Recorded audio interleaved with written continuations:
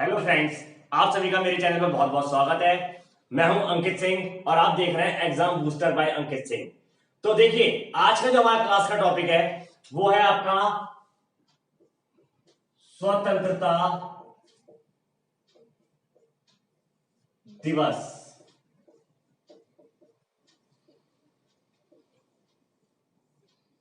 देखिए, मैं वीडियो शुरू करने से पहले आप सभी को इस 74वें स्वतंत्रता दिवस की हार्दिक शुभकामनाएं देना चाहता हूं।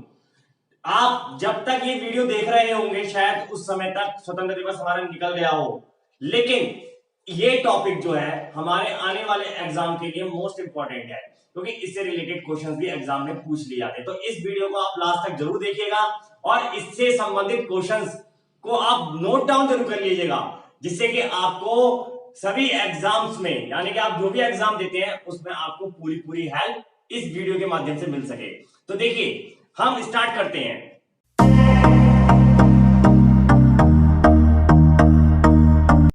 देखिए, हमारे देश में, भारत में 3 राष्ट्रीय पर्व मनाए जाते हैं। भाई, हम पर्व तो बहुत सारे मनाते हैं, लेकिन राष्ट्रीय पर्व 3 मनाए जाते हैं। वो कौन कौन से हैं? आपके 15 अगस्त, 26 जनवरी और 2 अक्टूबर। देखिए, 15 अगस्त को हम लोग स्वतंत्रता दिवस मनाते हैं। 26 जनवरी को हम गणतंत्र दिवस मनाते हैं और 2 अक्टूबर को हम महात्मा गांधी जयंती मनाते हैं। तो देखिए, स्वतंत्रता दिवस हम इसलिए मनाते हैं, 15 अगस्त 1947 को हमारा देश आजाद हुआ था, तो आजादी का जश्न मनाते हैं हम लोग। 26 जनवरी 1950 को हमारे देश में संविधान लागू हुआ था और हमारा देश गणतंत्र हुआ था, इसलिए हम इसको गणतंत्र दिवस मनाते हैं।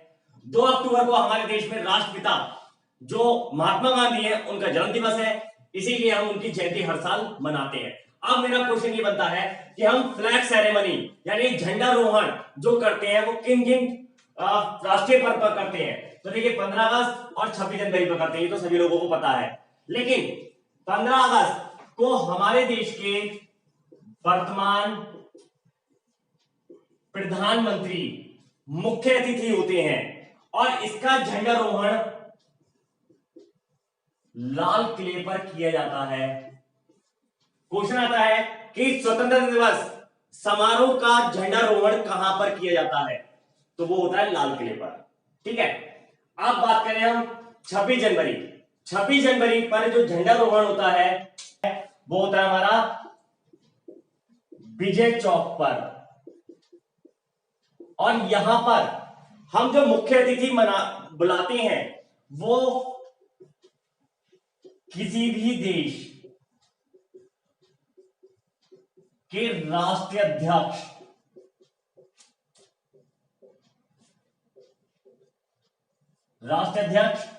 हो सकते हैं। अब देखिए, राष्ट्रीय अध्यक्ष में यानी कि उस देश के प्रधानमंत्री भी हो सकते हैं, या आपके राष्ट्रपति भी हो सकते हैं, या उस देश के राजा भी हमारे यहां पर मुख्य अतिथि हो सकते हैं। अब 2 अक्टूबर पे झंडारोहण नहीं होता है, तो इसमें हम किसी को भी मुख्य अतिथि के रूप में आमंत्रित नहीं करते हैं।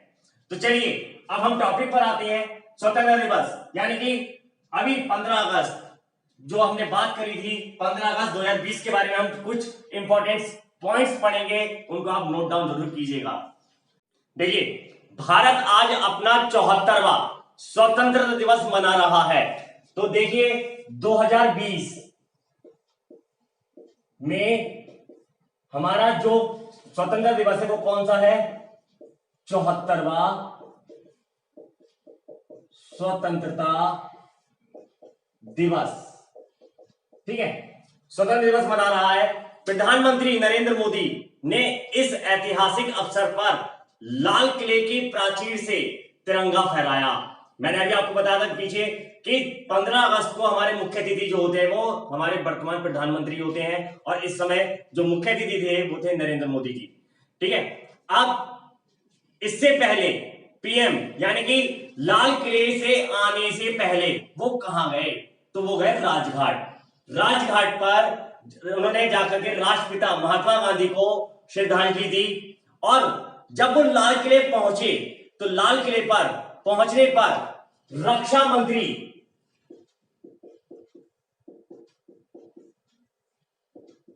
राजनाथ सिंह जी ने पीएम मोदी यानी प्रधानमंत्री मोदी जी का स्वागत किया। ठीक है, अब जब वहां पहुंच गए तब उन्होंने ये भाषण कहा कि आज भारत ने असाधारण समय में असंभव को संभव किया है।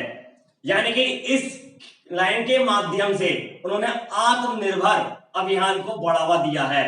इसी इच्छा शक्ति के साथ प्रत्येक भारतीय को आगे बढ़ना है और वर्ष 2022 हमारी आजादी के 75 वर्ष का पर्व बस अब आ ही चुका है। तो इस बार स्वतंत्रता दिवस की जो थीम थी, यानी कि इस बार की जो थीम रखी गई थी स्वतंत्रता दिवस की, वो क्या थी? वो थीम थी हमारी जय भारत। ये मोस्ट इंपॉर्टेंट है। वो पूछ सकता है कि स्वतंत्रता दिवस 2020 की मुख्य थीम क्या थी? तो वो थी जय भारत। इस भाषण में उन्होंने बहुत सारे टॉपिक्स पर भाषण दिया है। उन टॉपिक्स को हम समझेंगे एक नजर में, और वो टॉपिक्स हम दोबारा भी उसको डिस्क्राइब करता हूं मैं आपको विस्तार से।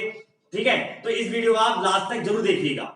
चलिए देखिए, इस बार जो नरेंद्र मोदी ने आपका लाल किले से संबोधन किया है, ये इनका 7वां संबोधन था जो इन्होंने राष्ट्र को संबोधित किया है। यानी कि अब तक नरेंद्र मोदी जी लाल किले से कितनी बार भाषण दे चुके हैं? तो याद रखेंगे 7 बार।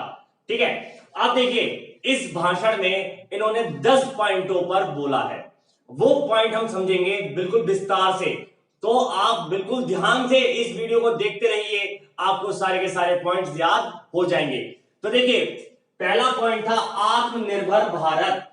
यानी कि पहला जो बोले वो सबसे पहले वो किस पर बोले? आत्मनिर्भर भारत। और इस शब्द का प्रयोग इन्होंने अपने भाषण में 27 बार किया।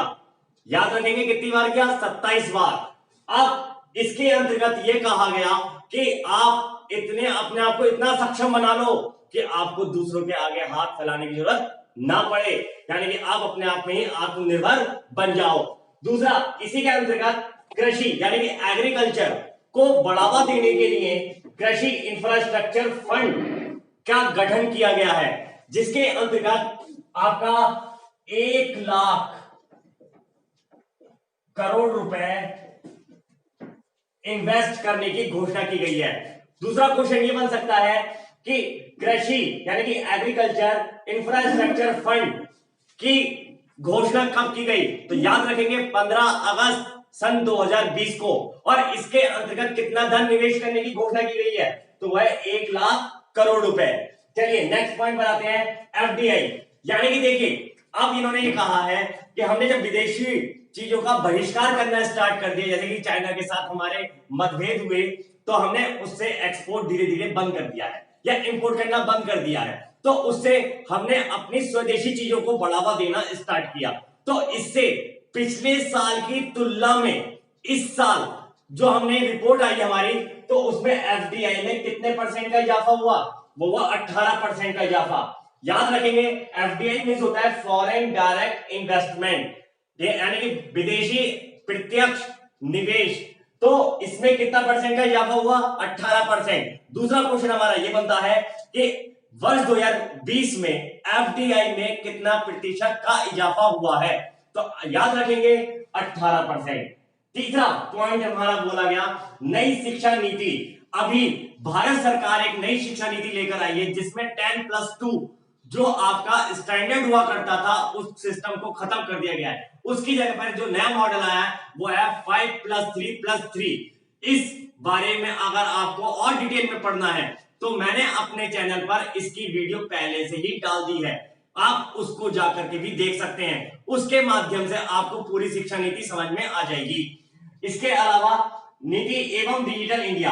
अब डिजिटल इंडिया क्या है कि इसके अंतर्गत सभी विभागों को यानी कि भारत के प्रत्येक क्षेत्र को कंप्यूटराइज आपका इंटरनेट युक्त बनाने का घोषणा की गई है। इसके अंतर्गत ये कहा गया है कि अगले 1000 दिनों में संपूर्ण भारत को फाइबर ऑप्टिकल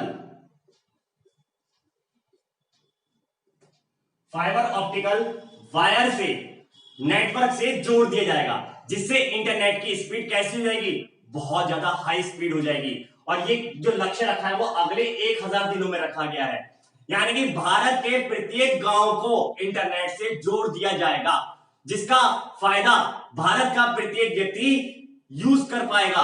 अब आगे देखते हैं हम, इसमें कोविड-19 वैक्सीन के बारे में भी चर्चा की गई, यानी कि जो इस समय कोरोना काल चल रहा है उसमें जो तैनात हमारे आपके डॉक्टर्स हैं, नर्सेज हैं, उनकी भी इसमें उन्होंने इसको शुभकामनाएं दी हैं और उनको एक बढ़ावा देने के लिए, उनको अप्रिशिएट करने के लिए उन्होंने उनको बहुत बहुत बधाइयां दी हैं और ये कहा है कि हम बहुत जल्द डॉक्टर्स टीम की मदद से भारत में स्वदेशी आपकी कोविड-19 की दवा भी विकसित कर देंगे और उसको भी बहुत जल्द लॉन्च कर दिया जाएगा।